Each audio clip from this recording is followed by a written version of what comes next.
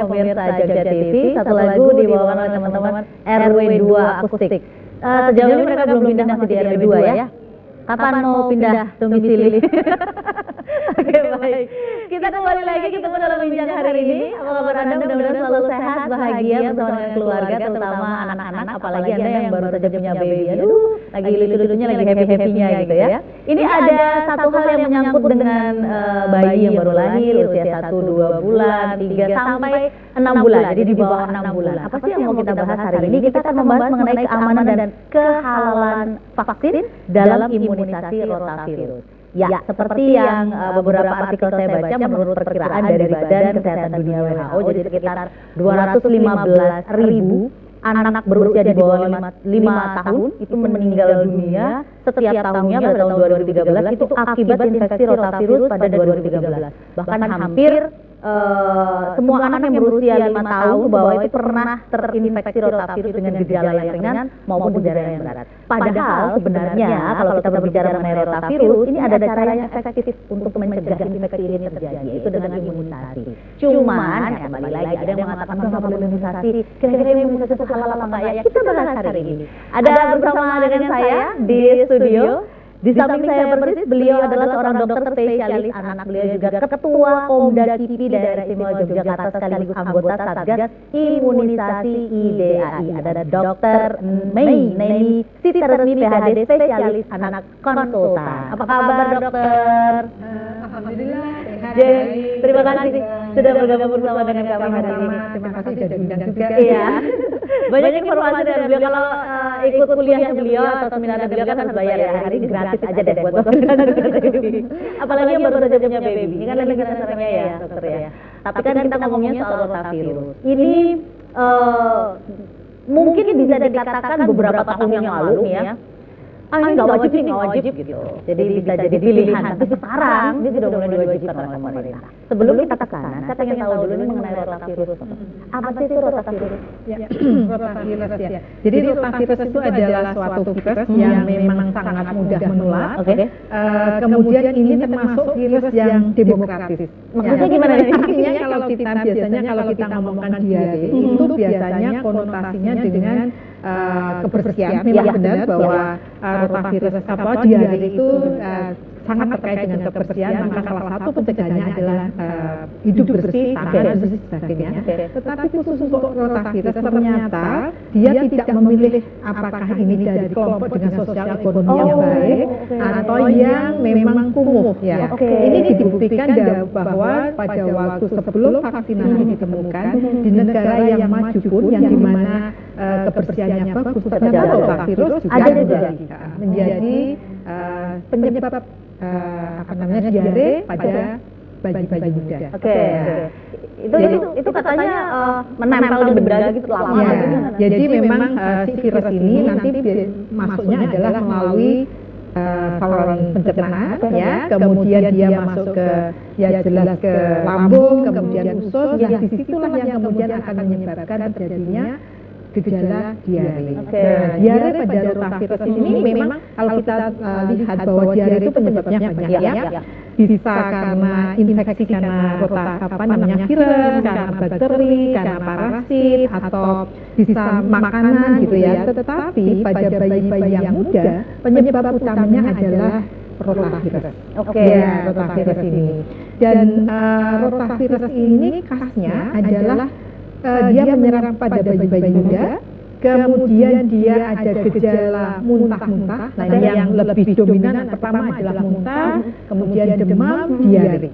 Ini sudah bisa dipastikan? Ya, ini secara klinis seperti itu. Sehingga kalau kita lihat penyebab kematian diare itu bukan karena virusnya, tetapi karena kekurangan cairannya.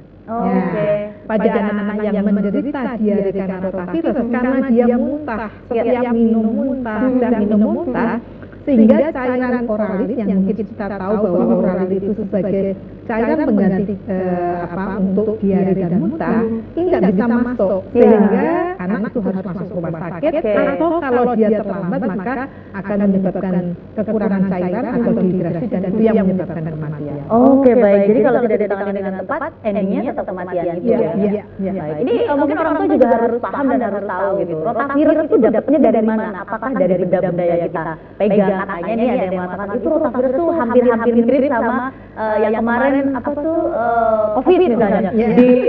Diperlukan Anda katanya. Ya, betul. Jadi dia memang menyentuh pada benda-benda, tangan dan anak, makanya dia bisa melalui tangannya pengasuhnya gitu ya, tangan si anak itu melalui saluran, terutama adalah saluran ini mulut ya, pencernaan. Nah, memang oleh karena itu makanya tadi dia memang kebersihan itu menjadi penting, tetapi ternyata bahwa diare rotavirus ini tidak hanya miliknya, mohon maaf, dengan sosial ekonomi yang baik saja. Sehingga memang satu-satunya pencegahan adalah dengan pemberian vaksinasi, imunisasi. Oke, baik. Nah, ada yang mengatakan juga, di imunisasi juga masih tetap kena diare, apalagi tetap kena diare yang penyebabnya rotavirus. Itu benar nggak asumsi kayak begitu di masyarakat? Iya. Jadi kalau untuk mencegah rotavirus, vaksin ini sangat efektif. Jadi lebih dari 75%, dan kalaupun dia untuk mencegah diare rotavirus dengan gejala klinis yang bervariasi. Tetapi kalau untuk mencegah diare yang berat, apalagi menyebabkan kematian, efikasinya atau efektivitasnya, jadi manfaatnya sangat luar biasa, sekitar 90-an. Kalau untuk mencegah diare karena rotavirus yang menyebabkan dia harus masuk rumah sakit. Karena diare itu spektrumnya luas, dari yang ringan sampai yang berat. Biasanya diare menyebabkan komplikasi yang berat, tadi muntah, dehidrasi itu kalau satu menyerang bayi-bayi muda. Bayi muda ini usia berapa, Dok? Ya, mulai dari 2 bulan, 3 bulan, under 6 ya? Sampai 6 bulan, tahun gitu ya, itu pertama, atau dia infeksi yang pertama. Karena sebetulnya diare rotavirus penyakit seseorang yang sembuh dari rotavirus, maka dia akan menyebabkan pembentukan kekebalan yang melindungi besok kalau infeksinya lagi dia lebih ringan. Karena tentaranya udah kenalin gitu. Nah, oleh karena ini vaksin ini diberikan sebelum dia sakit. Karena kita tahu bahwa sakit yang pertama, apalagi kalau dia usia muda, maka biasanya akan berat. Nah, makanya sebelum menjadi sakit ini si vaksin diberikan sehingga dia seperti dikenali sebagai infeksi tetapi tidak menyebabkan sakit. Sehingga besok lagi kalau dia kemudian kena infeksi alamiah rotavirus, maka dia sudah punya kekebalan. Makanya tidak akan menjadi sakit, atau misal pun sakit maka gejalanya lebih ringan. Nggak parah gitu. Sudah dikenali dulu. Betul. Baik. Diberikannya di usia berapa sih kalau untuk baby itu? Jadi untuk vaksin ini mulai diberikan di usia 2 bulan, kemudian 3 bulan, dan 4 bulan. Jadi bersama dengan vaksin-vaksin yang lain. Jadi ibu tidak perlu datang hanya khusus untuk diare rotavirus. Jadi kalau sekarang kan kita waktu lahir hepatitis B, kemudian sebelum 1 bulan 1 bulan BCG. Di usia 2 bulan, 3 bulan, 4 bulan, maka khusus untuk DIY kita ada vaksin namanya Pentabio. Jadi Pentabio itu untuk 5 penyakit, difteri, pertussis, tetanus, HIV, hepatitis C. Kemudian kita punya suntikan polio, jadi di Yogyakarta itu istimewa karena satu-satunya yang polionya 3-3-nya suntikan. Kalau di luar DIY kan masih ada tetes, kemudian ada suntikan. Kemudian PCV, yang mungkin putranya dulu waktu masih bayar mahal. 3 kali lagi. 3 kali dan 1 juta. Nah, sekarang alhamdulillah anak-anak Indonesia sudah mendapatkan vaksin PCV gratis di usia 2 bulan, 3 bulan, dan nanti 12 bulan. Nah, sekarang alhamdulillah mulai besok pagi maka akan diterapkan di nasional bahwa ini juga gratis. Sehingga pada usia 2 bulan, 3 bulan, 4 bulan anak mendapatkan Pentabio, kemudian polio khusus DIY disuntik, kemudian Pentabio, PCV, dan kemudian rotavirus. Jadi ini loh, apa fungsinya buku pink KMS itu ya? Jangan cuma dilihat grafiknya aja. Jadi dilihat juga itu kan ada datanya ya, Dok ya. Imunisasi apa saja setiap bulan usia bulan keberapa dan segala macam. Itu juga harus diperhatikan. Konsultasikan kepada dokter Anda, jadi nggak usah khawatir. Nah, sekarang kalau misalnya nih kok terlambat, itu kira-kira gimana? Kan tadi usia 2 bulan, 3 bulan, 4 bulan. Kalau misalnya terlambat dok, boleh nggak dikasihin? Ya. Ini vaksinnya agak berbeda dengan vaksin-vaksin yang lain. Kalau vaksin yang lain terlambat nggak apa-apa dikejar. Hanya memang sebaiknya diberikan tepat waktu. Karena kalau kita mundur-mundur kan berarti menyebabkan si anak itu tidak terproteksi. Ya, kalau dia sebelum divaksinasi terkena infeksi kan jadi berat. Khusus untuk rotavirus memang ada batasan usianya. Jadi tadi 2 bulan, 3 bulan, 4 bulan. Untuk vaksin rotavirus dosis terakhir maksimal adalah 6 bulan. Oh, iya. Jadi kalau mau mengejar 2 bulan aja, jangan lebih dari 6 bulan. Karena setelah itu nggak bisa diberikan. Alasannya apa dok? Pertama karena semakin kita berikan pada usia 2 bulan semakin tepat, artinya membuat anak terproteksi tepat waktu sebelum dia terinfeksi rotavirus yang alami. Sehingga karena kita tahu bahwa kalau dia terinfeksi maka menjadi berat, maka sebelum dia terinfeksi maka dia sudah punya kekebalan. Kemudian yang kedua adalah mengenai keamanan. Jadi vaksin rotavirus ini sudah mendapatkan prekualifikasi dari WHO. Artinya bahwa vaksin ini sudah melalui, jadi membuat vaksin itu tidak seperti membuat apa ya. Cepat ya.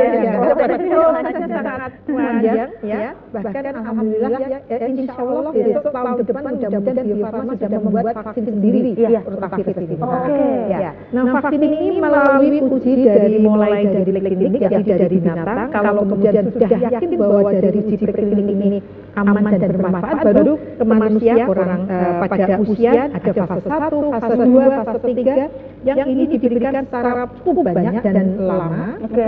Kemudian terbukti bahwa fase pada uji klinis ini memang aman. Jadi tidak banyak menimbulkan efek samping. Efek samping yang muncul misalnya dia bisa muntah ya. Ada beberapa anak yang memang gampang muntah bukan karena vaksinnya gitu ya. Kemudian yang paling sering itu demam jarang sekali terjadi. Kembali ke tadi kenapa 6 bulan? Karena terlepas dari pemberian vaksinasi rotavirus pada usia 6 bulan sampai 9-10 bulan itu ada kejadian di mana usus si bayi itu bisa masuk namanya adalah intussuscepsi. Itu biasanya terjadi karena diare, termasuk salah satunya diare karena rotavirus, mungkin dipijat, mungkin penyebab yang lain. Takutnya itu menjadi sebab. Kalau diberikan di 6 bulan kebetulan terjadi intussuscepsi, nanti ya disalahkan vaksinnya. Padahal ini memang terjadi oleh karena itu untuk jaga ini maka kita berikan di usia 2 bulan, 3 bulan, 4 bulan. Selain yang lebih penting adalah memberikan perlindungan tepat waktu. Oke, baik. Begitu ya. Nanti di demo lagi kipi di mana nih? Dengan kondisi ikutan apa namanya? Kejadian ikutan masa imunisasi. Baik, kita lanjutkan lagi. Nah, ini masalah halal dan tidaknya. Orang mengatakan, duh, kalau dimasukin ini bener nggak ya? Kira-kira halal nggak ya? Setelah yang satu ini. Kami akan segera kembali dalam bincang hari ini.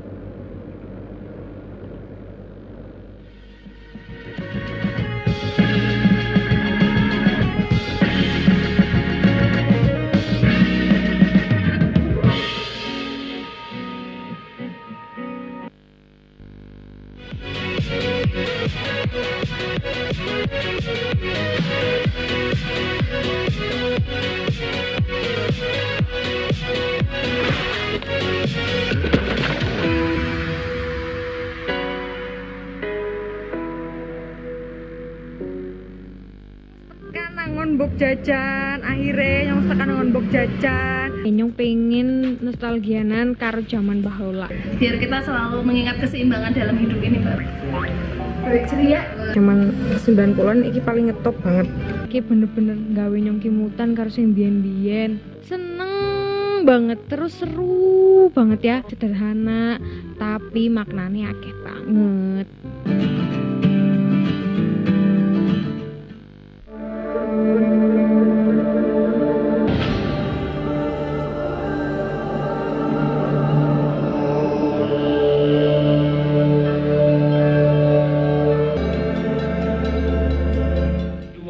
Anak lelaki dan perempuan bermain-main di halaman.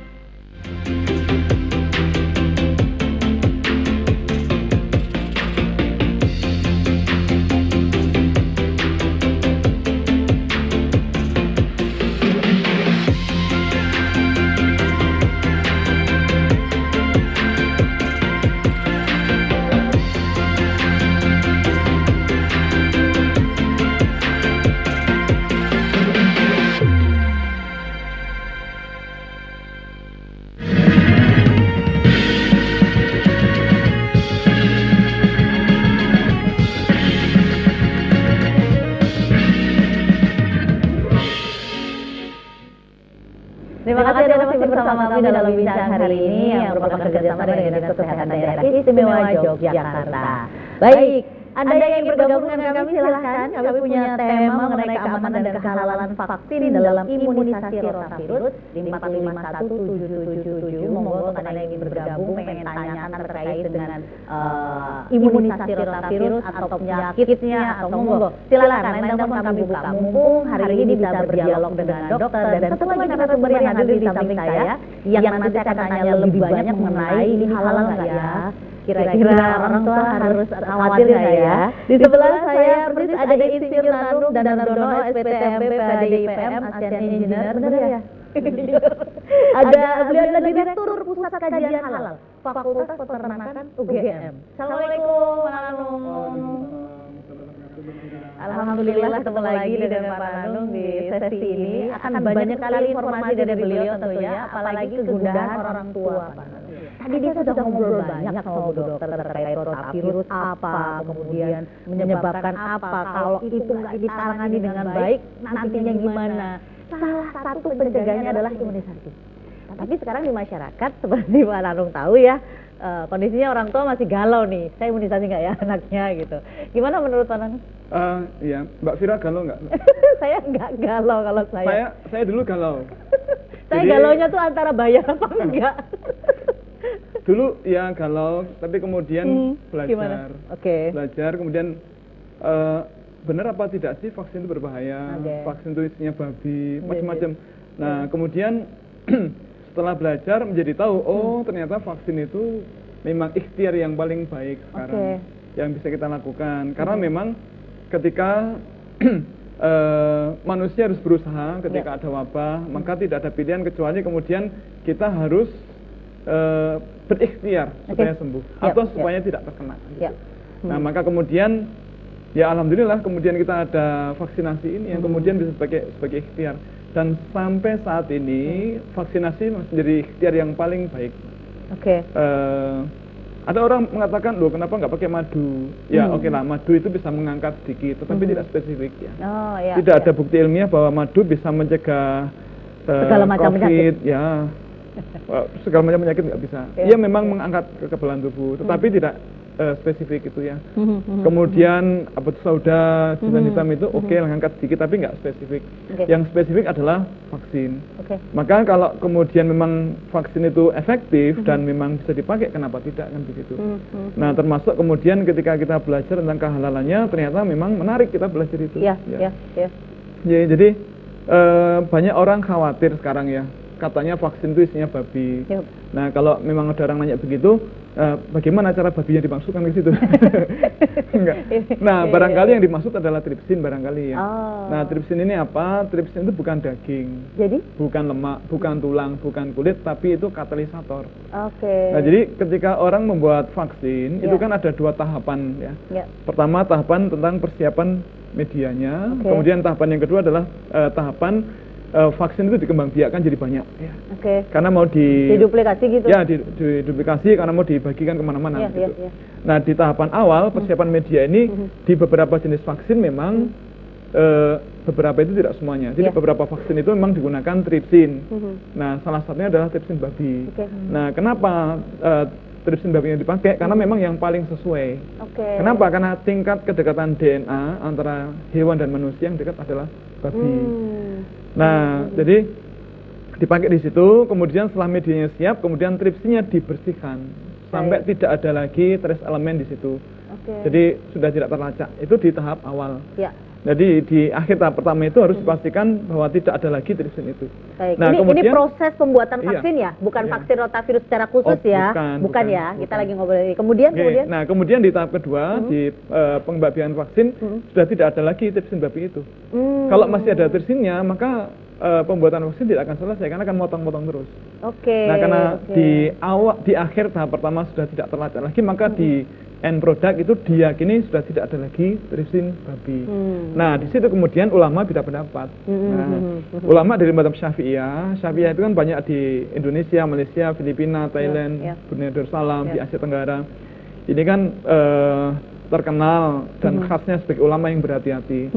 Nah, ulama Syafi'iyah berpendapat kalau memang menggunakan bahan turunan babi itu tidak boleh alias haram. Apapun ya. Ya, kecuali dalam keadaan darurat. Oke. Nah, rujukannya di Quran surat Al-Baqarah ayat 173. Memakan daging babi itu boleh dalam kondisi darurat. Nah, sekarang vaksinasi rotavirus ini darurat apa tidak? Tadi Bu Dr. Mei sudah banyak ya panjang lebar menguraikan. Kalau tidak ditangani, endingnya tetap bahaya. Resikonya besar. Kematian dan kematiannya itu ternyata selamanya, tidak sebentar gitu. Iya Pak, nggak mungkin diulang lagi. Iya, dan permanen itu meninggalnya. Maka saya kira semua orang tua akan bersedih ketika buah hatinya kemudian terpaksa harus meninggal. Nah, maka karena kondisinya adalah darurat, maka ulama-ulama Syafi'iyah menggunakan kaidah fikih ad-darurat syar'iyah. Jadi darurat secara syar'i, di mana kalau memang kondisi darurat maka menjadi boleh. Nah, ini agak mirip kemarin kasus AstraZeneca vaksin COVID itu, kan fatwa ulama adalah haram tapi boleh. Nah, haram tapi boleh itu artinya adalah boleh. Nah, kalau tidak boleh maka fatwanya adalah haram dan tidak boleh. Oke. Nah, begitu. Karena terdesak itu tadi ya, pepet memang harus. Dan begini Mbak, yang namanya virus itu kan bisa bermutasi. Makanya ya kita banyak belajar dari COVID ya. Dulu orang bergegas, pokoknya harus segera ada vaksin COVID. Kenapa? Karena jangan sampai kemudian jangan sampai virus COVID itu bermutasi. Nah, sekarang kan benar Pak, ada varian yang sangat menular, yang namanya Omikron. Omikron itu kan laki-laki ya? Iya, kalau kan perempuan ya? tante. Oke. Nah, kemudian sip. Nah, kemudian muncul Delta yang sangat mematikan. Nah, dikhawatirkan akan muncul varian yang sangat menular dan sangat mematikan. Maka tidak harus dihentikan. Nah, maka kemudian umat Islam harus berpartisipasi untuk segera menghentikan ini. Maka fatwa ulama adalah boleh. Nah, ini Syafi'iyah. Beda dengan para ulama dari mazhab Hambaliyah atau Hanabilah. Nah, ulama dari mazhab Hambaliyah atau Hanabilah ini kebanyakan ada di Timur Tengah, Mbak. Seperti di Saudi Arabia, kemudian Uni Emirat Arab, di Qatar, Kuwait, Bahrain dan sekitarnya.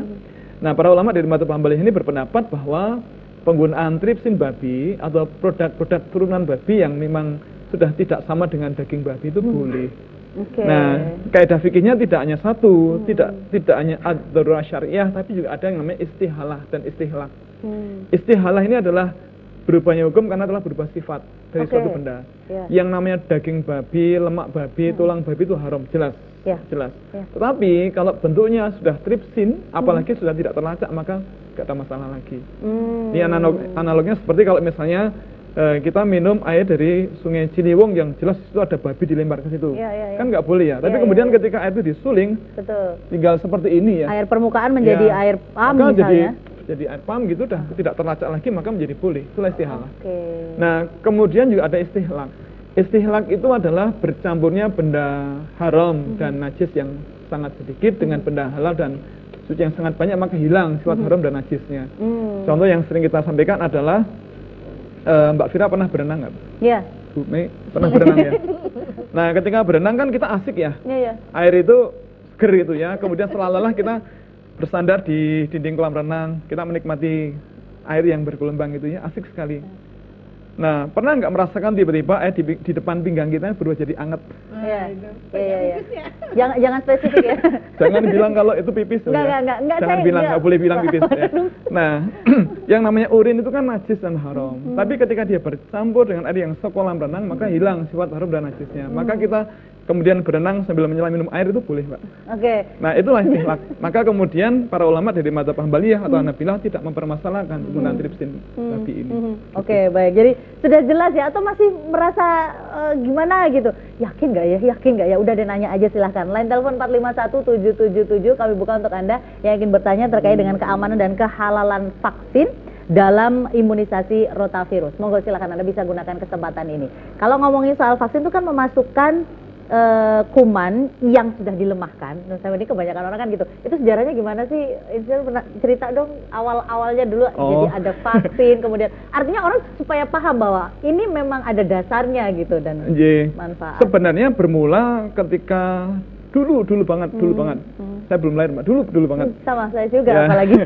Jadi di Turki ya, bukan di Inggris atau di Jepang enggak, tapi di Turki itu ada variolation. Jadi di sana itu ada kebiasaan orang-orang di Turki itu dibuat scratch atau apa ya istilahnya goresan gitu ya, digores supaya gitu. Luka gitu supaya ada. Bukan luka, hanya goresan kecil. Oke. Kemudian di lelet itu apa itu? Diolesi, bukan dioleskan. Oh iya, diolesi. Diolesi dengan nanah dari cowpox ya, atau cacar sapi gitu. Oke. Nah, kemudian tubuhnya bergetar. Nah, bereaksi menghasilkan kekebalan yang spesifik gitu. Nah, ternyata kemudian tubuhnya jadi kebal. Dan ketika ada cacar manusia yang menyerang, itu sangat kebal. Orang-orang itu hampir semuanya nggak kena. Ya. Nah, ini ternyata menginspirasi orang Inggris yang tinggal sebentar di Istanbul, Turki, yang namanya Lady Mary Wotte Montagu. Dia adalah istri dari duta besar Inggris waktu itu ya. Nah, melihat itu kok tertarik. Nah, kemudian anaknya diikutkan di situ. Nah, ternyata kemudian anaknya jadi kebal juga. Nah, ketika akhirnya kembali ke Inggris, itu disampaikan ke para tokoh di kerajaan Inggris bahwa ini ada teknologi yang bagus nih kesehatan. Nah, tetapi kemudian oleh orang-orang yang tidak suka, wah ini konspirasi ini. Jadi konspirasi itu pertama kali bukan di Indonesia, ternyata di Inggris itu ya. Di Inggris, karena orang khawatir kalau kemudian ada senjata biologis dari Turki yang dimasukkan ke Inggris begitu, padahal bukan. Nah, kemudian ternyata kok bagus. Nah, ketika akan dikampanyekan, maka kemudian dicoba kepada para narapidana di Newgate, penjara Newgate di London. Nah, ada sayembara orang-orang yang divonis hukuman mati, kalau dia mau ikut sayembara variolasi ini ya, kalau kemudian dia selamat maka dia bebas dari hukuman mati. Tapi kalau dia sakit ya sudah. Nah, banyak yang ikut kemudian. Nah, kemudian setelah di scratch kemudian diberi tanah itu, kemudian mereka diletakkan dengan orang yang jelas kena wabah itu, kena penyakit itu selama 2 pekan.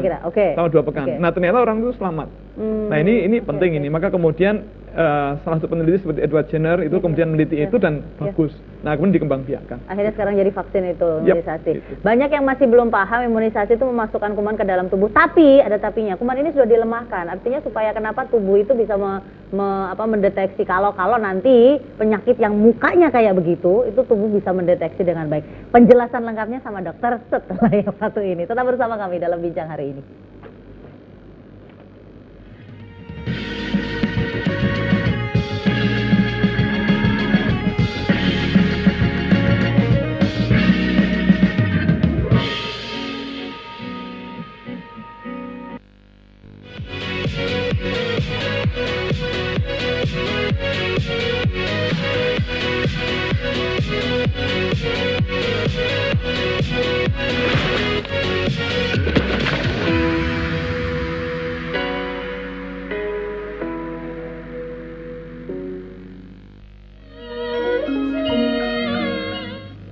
Saderengipun kula matur sembah bekti kula pun kunjuk Hyang Pramesti.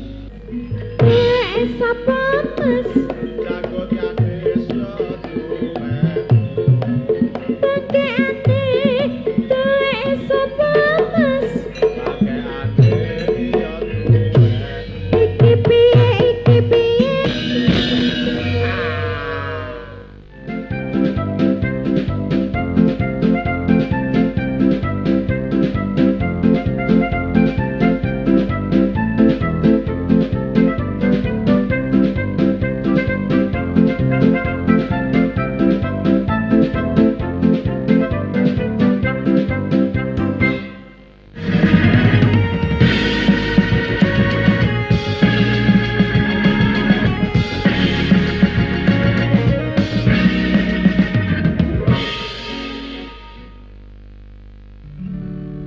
Boyo sing full senyum sayang, biar aku suyo tambah sayang. Rasa pusing-pusing, kendang dandar, ayo kita healing.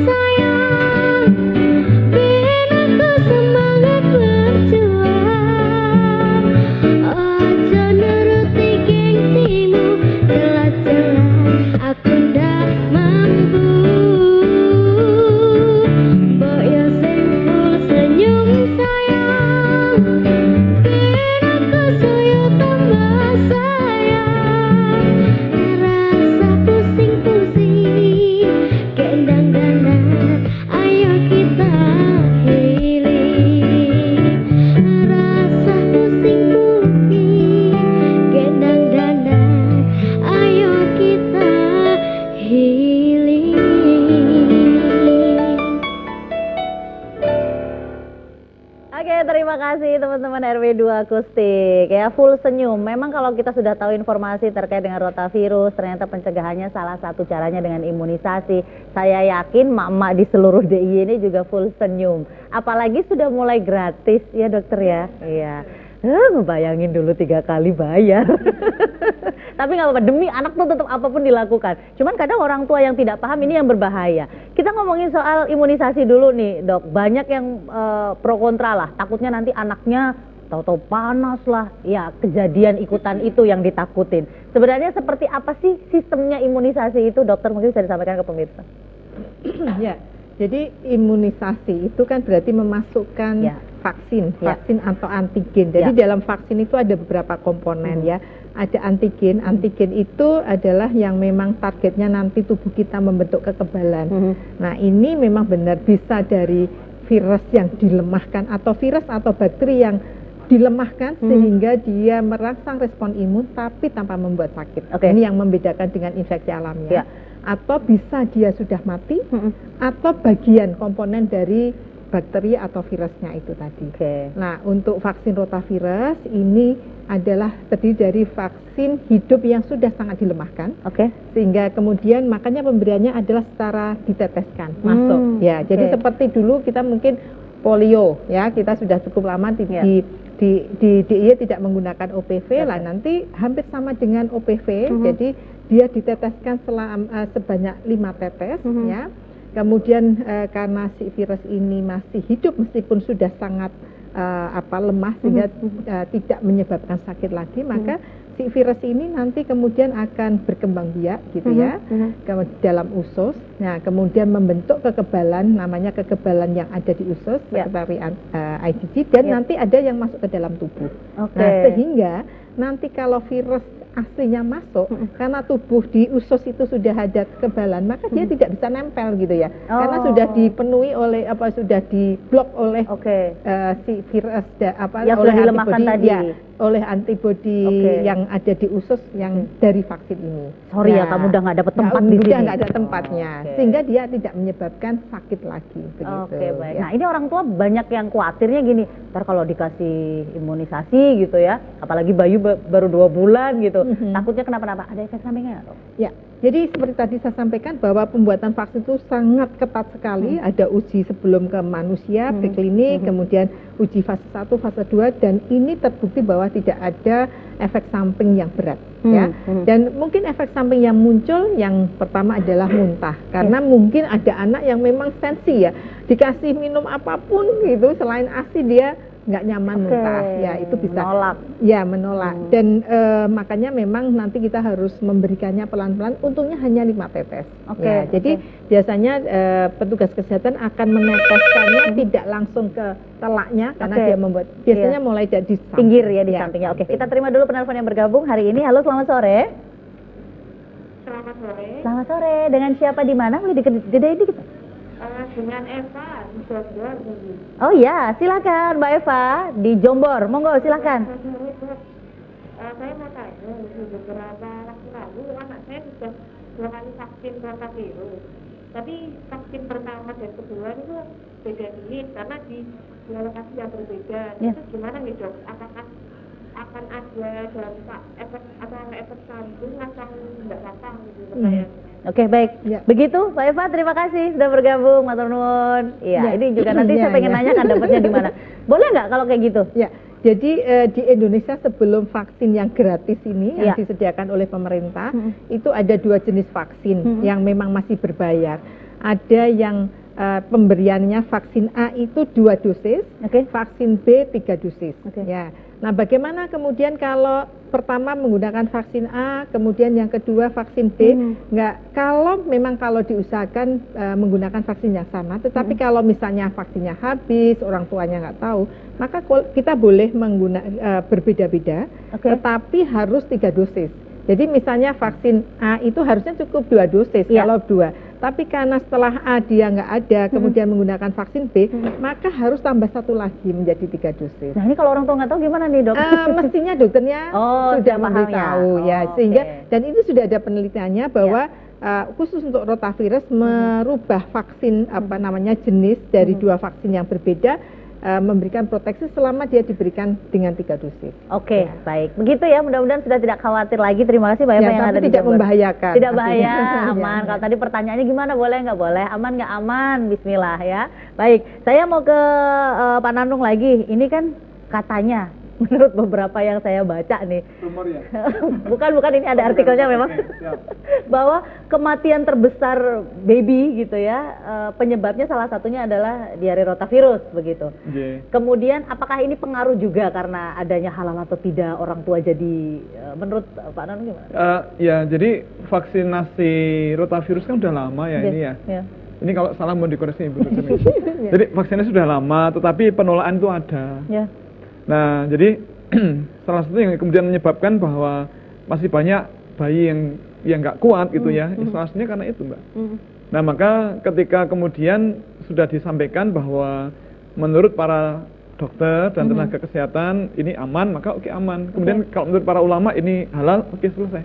Jadi jangan lagi ada kekhawatiran, jangan sampai kemudian justru malah lebih percaya dengan medsos dibandingkan percaya dengan dokter atau ulama ya. Karena hal-hal yang berbau melebih-lebihkan dan lebih itu lebih banyak disukai. Dan hoax itu kan banyak sekali. Dan orang membuat hoax harus serius, istiqomah gitu supaya meyakinkan gitu. Oh iya. Kalau enggak kan gagal itu. Iya. Tetapi mohon maaf, percayalah bahwa para dokter itu serius berusaha agar orang bisa bertahan hidup, sehat, dan kualitas hidupnya semakin bagus ya. Nah, maka termasuk ketika harus membuat vaksin itu serius. Maka tadi Bu Dr. Mei mengatakan sebelum dipakai di manusia ada 3 tahapan uji preklinis, kemudian klinis 1 dan 2. Itu kenapa? Karena menyangkut nyawa.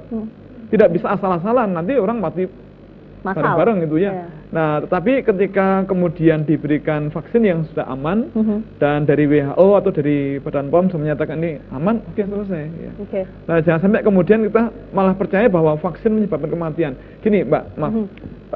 Para pemirsa Jogja TV, saya kira ini penting ya. Banyak orang masih percaya bahwa vaksinasi menyebabkan kematian. Mari kita gunakan logika kita. Gunakan logika kita. Kalau vaksinasi menyebabkan kematian, maka semua atau sebagian besar orang divaksin akan mati. Iya. Kenyataannya bagaimana? Ini logikanya begitu aja nih. Ya. Sangat simpel. Ya. Jadi kalau kemudian tidak ada orang meninggal atau hanya mungkin 1-2, maka perlu dicek kematian karena apa. Karena kalau kematian karena vaksin, maka mestinya semua orang yang divaksin akan meninggal. Kalau tidak, berarti bukan karena vaksin. Oke. Secara logika gimana, dokter? Saya juga di namanya Komda Kipi. Ya. Jadi tadi ya ada fase preklinik, kemudian fase klinik 1, 2, 3. Setelah kemudian ini akan disetujui oleh BPOM dan itu prosesnya sangat-sangat ketat sekali. Jadi BPOM itu akan approve kalau terbukti bahwa ini dari penelitian sebelumnya aman.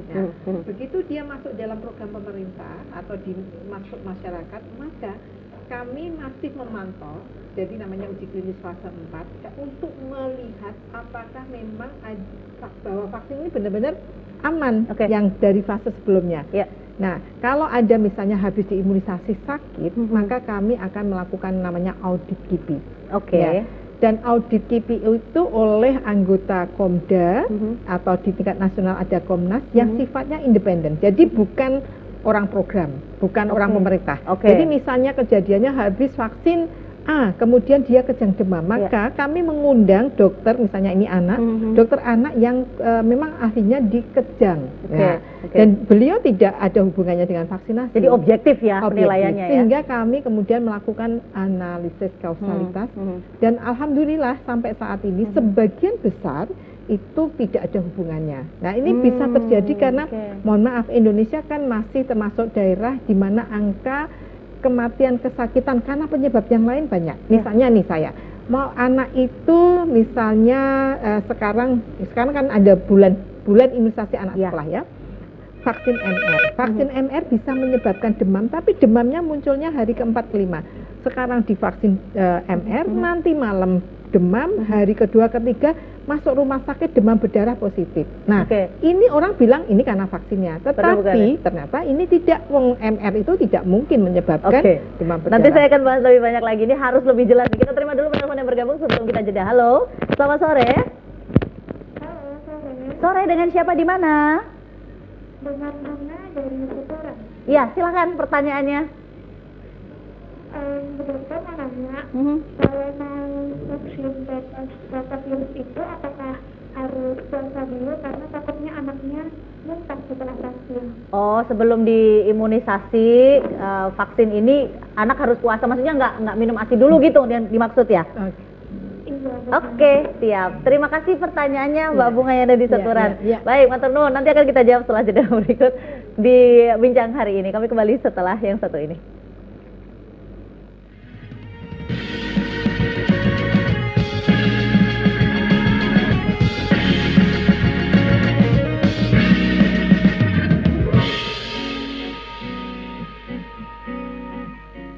Batik Paku Alaman melewati proses yang panjang dan melibatkan peneliti naskah. Koleksi batik Puro Paku Alaman tak hanya indah dan menawan. Di balik keindahan dan keanggunan, motif yang tercipta syarat akan filosofi kehidupan. Seri batik Astabreta terinspirasi dari naskah Sestra Ageng Adi Dharma dan Sestra di Suhul.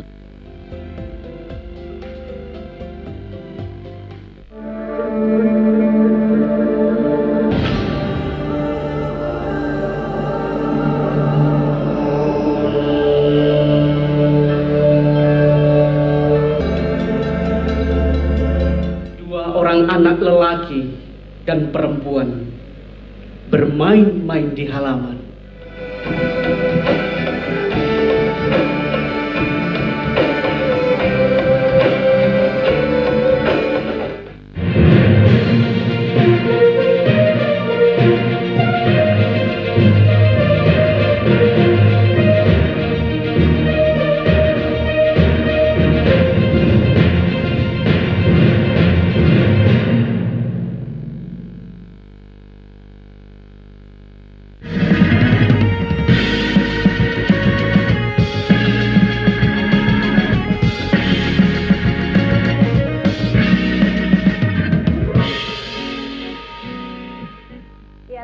Masih bersama kami masih membahas mengenai keamanan dan kehalalan vaksin dalam imunisasi rotavirus. Silakan untuk Anda yang ingin bergabung, masih ada satu sesi lagi, tapi sambil menunggu Anda menelpon kami, tadi ada pertanyaan sebelum kita break, ada Mbak Bunga yang ada di Seturan, kalau misalnya ini si baby mau dikasih vaksin rotavirus yang itu tetesan ya, 5 tetes ya dokter ya, babynya harus puasa dulu nggak? Aduh, kalau saya ngebayanginnya kasihan dia udah nangis-nangis minta ASI, suruh puasa dulu nak, habis ini mau vaksin takut muntah gitu. Gimana dok? Ya betul ya. Jadi tidak perlu memuasakan. Jadi kan apalagi bayi 2 bulan kan dia masa minumnya akan kira-kira sekitar 3 jam sekali. Jadi sebetulnya nggak ada istilah harus puasa. Jadi dia boleh. Tapi memang ada beberapa anak yang dengan apapun itu diteteskan mudah sekali muntah ya. Nah, oleh karena itu jadi kalau dia habis minum ya yakinkan dia sudah sendawa. Ya, disendawakan. Kemudian kita mulai meneteskan mulai dari pelan-pelan, tidak langsung ditelak. Apa sih bahasa Indonesianya? Langsung pangkal lidah. Tapi di pinggir. Nah, karena vaksin ini adalah multidosis, artinya satu kemasan itu untuk kalau nggak salah 4 atau 5 ya anak dan ini Dopplernya itu tidak diganti setiap ini sehingga yakinkan pada waktu kita menetes tidak menyentuh mulut bayi karena kan nanti kalau bayinya sakit kan bisa menularkan Nah ini yang nanti ada TOT untuk petugas kesehatan bagaimana memberikan hampir sama dengan pada waktu pemberian OPV dulu. Oke, baik. Nah ini sekarang kejadiannya adalah di saat memberikan vaksin, namanya anak ya, kadang pola sana sini gitu. Kemudian nih vaksin tidak 5 tetes nih yang masuk, cuma 1 tetes, atau sudah masuk 5 tetes balik, itu diulangin nggak dok? Jadi kita yakinkan 5 tetes ya. Tapi kalau kemudian setelah 5 tetes kemudian beberapa saat lagi muntah tidak perlu diulang. Ya. Kenapa dok? Nggak perlu karena memang dia kan makanya di daerah bukal di sebelah sini kan pembuluhnya cukup banyak, dia bisa diserap. Gitu. Tetapi memang penetesnya ini memang paling kalau saya sebagai dokter paling membutuhkan kesabaran. Kalau yang lainnya macus sudah sekali. Iya. Kalau ini kita harus melihat, diteteskan kalau dia gitu ya, kita stop dulu. Nah, dan yang memang beberapa saya sarankan, pokoknya kalau habis netek ya harus disendawakan. Syukur kalau anaknya memang nggak nangis ya nggak usah ditetekkan dulu. Ya. Oke, ini menjelang mau imunisasinya ya. Oke. Tapi kalau dia nangis ya harus tetekkan kalau saatnya netekkan. Kemudian kita lihat tetes 1 dia nggak apa-apa, 2 nggak apa-apa. Jadi memang mungkin kita harus petugasnya yang harus melihat anaknya. Jadi kalau anaknya nah itu kita hentikan dulu. Nanti kita ulang lagi, kita teruskan nanti. Oke, baik. Jadi ibu-ibu kalau misalnya lagi ngantri, ini anak kok lama banget ya, pasti ini imunisasi rotavirus nih. Karena kan harus nunggu dia sampai tenang dulu begitu, itu yang terjadi ya. Oke, baik. Untuk Anda yang masih ingin bergabung silakan segmen terakhir line telepon di 451777 451777. Silakan. Kalau tadi sudah dikatakan mengenai penyebab kematian terbesar kedua ya, Dok ya? Iya. Benar itu, Dok? Iya, betul. Karena rotavirus?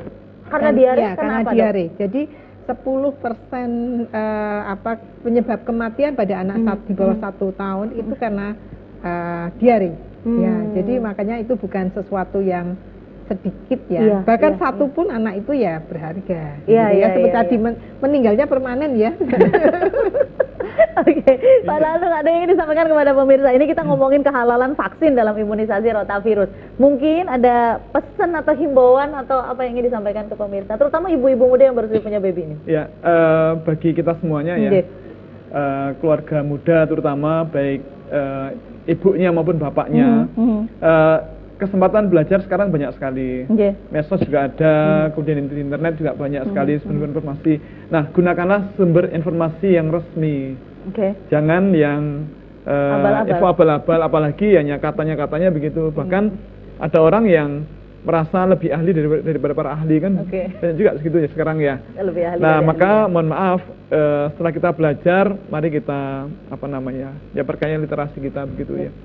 Dan setelah kita belajar, kita mendapatkan ilmu yang benar, mohon masa lalu sudahlah. Biarlah berlalu. Ya, dan jangan mempercayai hoax sekuat memegang keyakinan iman.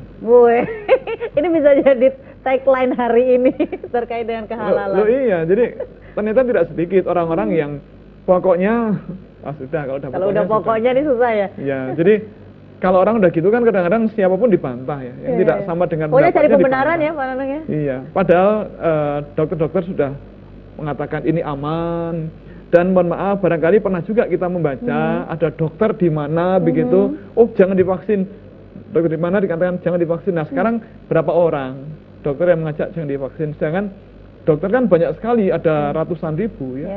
Nah, kalau hanya ada 2 orang dokter yang mengatakan jangan divaksin, terus ada 2 juta dokter mengatakan ayo divaksin. Sama dengan kolam renang yang tadi itu ya. Iya, kita ikut pendapat yang mana? Jangan kemudian kita kekeh ikut yang 2 ini karena dia sama dengan pendapat kita. Jangan begitu. Mohon maaf, taruhannya sangat mahal. Sudah banyak kasus keluarga muda kehilangan buah hatinya, dan jangan sampai kita mengalami hal yang serupa. Ya. Serius ini ya. Jadi jangan sampai sudah terlanjur orang tua kita seneng ya punya cucu itu ya, tapi kemudian naudzubillah min dzalik hanya bertahan 3 bulan 4 bulan ya, naudzubillah min dzalik. Nah, ikhtiar menggunakan vaksinasi ini halal dan aman. Jadi kalau para ulama mengatakan ini halal, selesai bagi kita. Jangan lagi kita malah percaya dengan yang tidak begitu. Baik, apalagi cari-cari pembenaran lagi gitu ya. Iya. Oke, baik Bu Dokter, ada yang disampaikan kepada pemirsa sebagai closing statement untuk apa yang kita bahas hari ini? Kita anak-anak kita sekarang harus bersyukur ya. Kalau zaman dulu banyak vaksin yang harus membayar sendiri ya. Sekarang cukup banyak vaksin yang sudah masuk program pemerintah. Mulai dari hepatitis, BCG, pentabio, polio, PCV. Yang PCV itu mahal ya, sekali suntik 1 juta. Sekarang itu juga semua itu. Semua. Bahkan saya kemarin cucu saya itu saya suntik karena usianya sudah lewat gitu ya. Maksudnya PCV itu kan hanya boleh diberikan bayi yang lahirnya setelah, kalau nggak salah, Juli 2022. Cucu saya itu lahirnya Januari kan nggak ya, sehingga waktu itu saya harus memberikan vaksin PCV, kemudian DPT HIV, MR sekali 3 kali. Yang saya sendiri. Keterlambatan bisa dikejar kan kalau enggak, waktu itu enggak terlambat, tapi memang tidak masuk program karena usianya. Saya bayarnya 2 juta, padahal saya nyuntik sendiri. Tuh, udah nyuntik sendiri banyak lupa. Itu karena vaksinnya mahal. Nah ini sekarang vaksinnya sudah gratis ya, termasuk salah satunya adalah rotavirus, di mana semua vaksin yang masuk di Indonesia sudah melalui serangkaian uji klinis dan sebagainya dan mendapatkan persetujuan registrasi dari BPOM. Ya, sehingga mari kita jangan ragu-ragu lagi. Karena nyawa itu sangat berharga untuk anak-anak kita. Tidak hanya dia selamat hidup, tetapi misalnya kemudian sakit, ada komplikasi, meskipun dia mungkin mohon maaf hidup, tapi nanti kualitas hidupnya akan tidak baik. Nah, oleh karena itu, mari jangan ragu-ragu, kita berikan yang terbaik untuk anak-anak kita. Baik, matur nuwun dokter. Dan untuk imunisasi rotavirus ini bisa didapatkan di Vaskes tingkat 1 ya? Ya, jadi di masyarakat puskesmas bingung. Ya, bisa didaftarkan di puskesmas gratis ya. Harapannya nanti juga ada di rumah sakit ya, tetapi mungkin yang saat ini yang utamanya adalah puskesmas.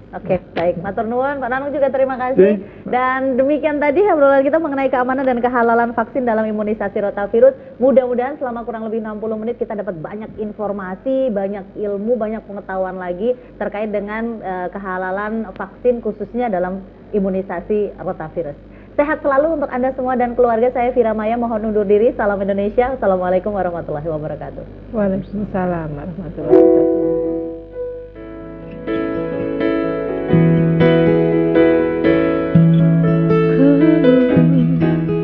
Buat aku tersipu, buatku malu-malu saat bersamamu, saat kau sapa aku, kok merinding aku, kok jadi gugup aku saat bersamamu, saat kau senyum padaku. Mungkin inilah rasanya, rasa suka pada dirinya. Sejak pertama aku bertanya, Facebookmu apa, nomormu berapa. Mungkin inilah rasanya, cinta pada pandang pertama. Senyuman manismu itu buat aku dak-dikduk melulu. Nanti aku follow Twittermu, aku tunggu retweetmu saat aku tahu sukakah kamu kepadaku. Mungkin inilah rasanya, rasa suka pada dirinya. Sejak pertama aku bertanya, Facebookmu apa, nomormu berapa. Mungkin inilah rasanya, cinta pada pandang pertama. Senyuman manismu itu buat aku dak-dikduk melulu. Kamu, kamu, kamu, kamu, kamu, kamu, kamu, kamu, kamu, kamu, kamu, kamu, kamu, kamu, kamu, kamu.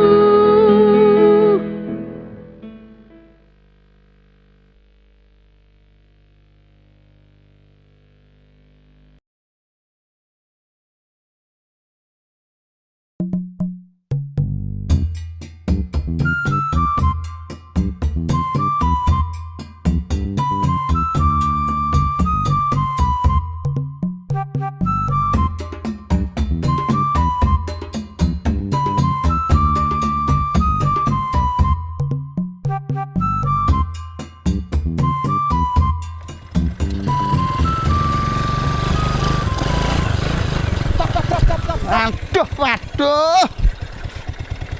Borong apa Mas Pur? Kelihatan kok banyak banget itu loh. Waduh, kamu tuh makanya yang update.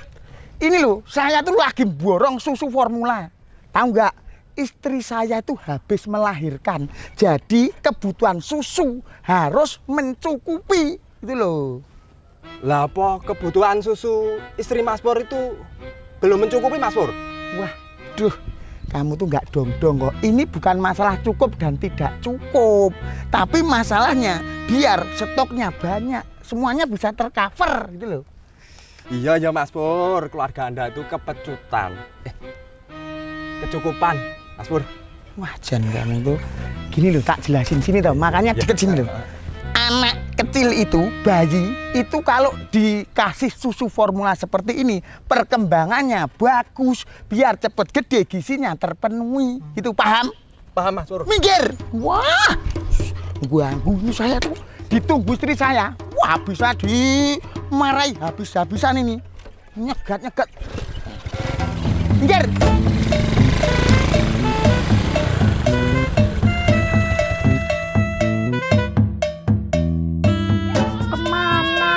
Mas, dari tadi suruh beli susu ya nggak pulang-pulang.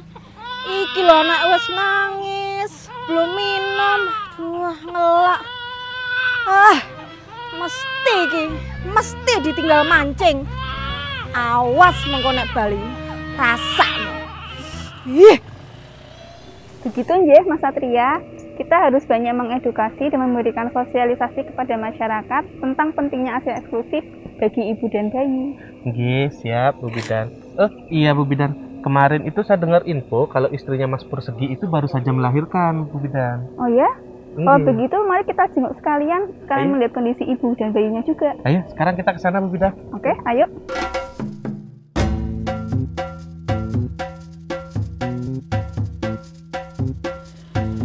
Mas, sampean iku nganti sekolah ndi wae toh? Maaf, Mah. Tadi tuh ada orang nyemplung kali, Mah. Sebagai seorang pemuda yang bertanggung jawab, tak tolongin tuh, Mah. Nolongin. Paling ya mbok tinggal mancing. Kok ta? Nah, piye toh, Mah? Lah ikannya itu menggoda banget loh, Mah. Selamat pagi. Bu Bidan. Ada apa ini? Ada apa ini kok ribut-ribut? Ini loh, Bu.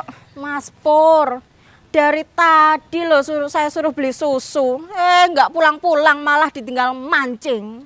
Lah emangnya beli susu apa Bu? Itu loh Bu, susu formula.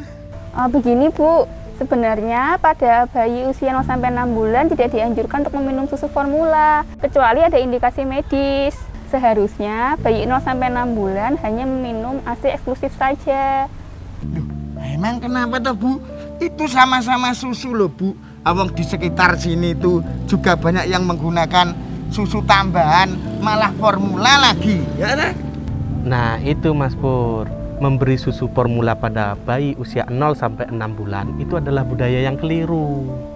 Lah terus kalau ASI eksklusif itu apa Bu? Terus kok kita nggak boleh ngasih susu formula? ASI eksklusif itu adalah ASI yang diberikan pada bayi sejak dilahirkan sampai usianya 6 bulan tanpa menambahkan atau mengganti dengan minuman atau makanan lainnya. Dengan memberikan ASI, maka pertumbuhan dan perkembangan bayi akan optimal, meningkatkan kecerdasan anak, serta meningkatkan kekebalan tubuh sehingga mengecilkan risiko untuk terkena infeksi. Selain itu untuk ibu juga bagus, bisa mengurangi risiko terkena kanker payudara. Tapi Bu, saya tuh cemas, tertekan, soalnya ASI saya itu kan keluarnya cuma sedikit. Makanya saya kasih tambahan susu formula. Nah, ada beberapa faktor Bu yang menyebabkan ASI hanya keluar sedikit. Antara lain, kondisi psikis ibu yang tertekan, stres, cemas, atau depresi. Kurangnya intensitas menyusui, posisi menyusui yang kurang tepat, serta pemenuhan gizi ibu menyusui yang kurang optimal. Nah itu juga menjadi tugasnya Mas Pur, menjaga seorang istri supaya tidak stres. Supaya apa? Produksi ASINya itu lancar, cukup buat bayinya Mas Pur. Kui Mas, rungokno, jangan bikin aku marah-marah terus.